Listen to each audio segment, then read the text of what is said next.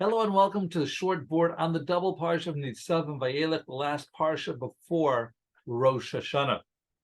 In Perek Lamed, pasuk Yud Aleph and Yud Beis, so we start off Ki mitzvah hazos, that this mitzvah, let's call it talking about learning Torah, and then the next pasuk it continues, Lo Bashamayim, it is not in heaven that you will say who's going to go up for us to get it.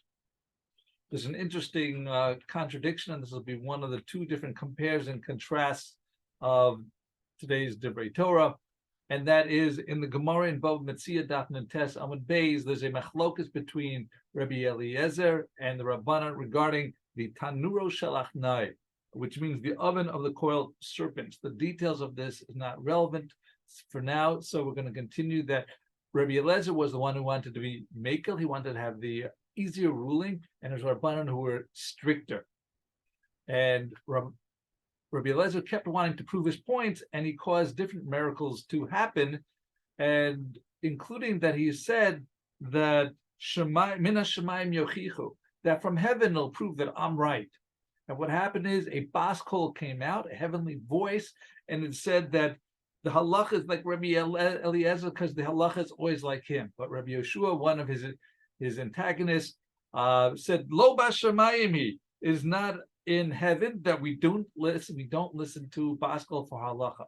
Tosfos there brings down the question, and we're going to share one of his two answers. And the question is, in the Gemara in Yevomos, it says that the Halacha is almost always like Bais Hillel, and that came from a Bas Kol. So we see that sometimes we do listen to a Bas Kol, that heavenly voice. So why aren't we listening to it here? So Tosfos' answer is that there's a difference between the two. When Rabbi Eliezer brought a Bas Kol, he requested the Bas Kol to come, and it only came l'chvodo, for his honor, but it didn't mean that it was necessarily should be followed halacha. And in contrast, in the case of Bais Hillel, who also was a majority compared to Bais Shamai, so there was no request, and therefore was considered a legitimate Bas Kol to listen to halacha.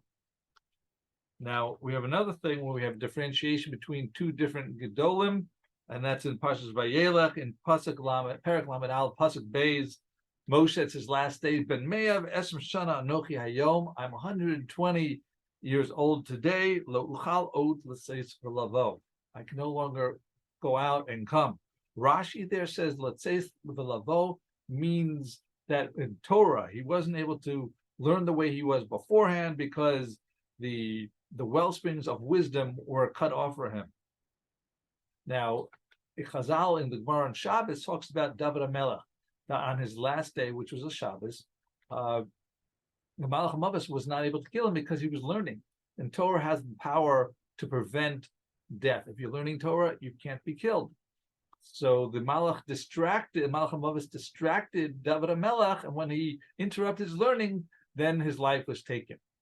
However, in contrast, Moshe Rabeinu, his learning presumably was so great that he wouldn't be distracted by anything. When he was in the zone, nothing interrupted his learning. And therefore, the Mal'ach HaMaves would not have succeeded with the same ploy that he used for Dovid HaMelech. Therefore, Hashem had to allow that they took away the Chachma. He was no longer able to learn Torah. And since he wasn't able to learn Torah, therefore, Moshe was able to pass away on his birthday. The first of our Torah was by the Chida, Rav Chaim Yosef David Azulai, and the last one was based on the Sho'el U'meshiv. So we see here again the difference that a Bas Kol that's requested doesn't count the halacha, but Bas Kol could be counted normally for halacha, and that we see also that Torah is matzil, but Moshe was on such a great level that he didn't interrupt his Torah under any circumstances until the plug was pulled from him. Have a kasiva chasima tova, good yor. Thanks for listening. Have a wonderful week, a wonderful Shabbos, and a fantastic 5784.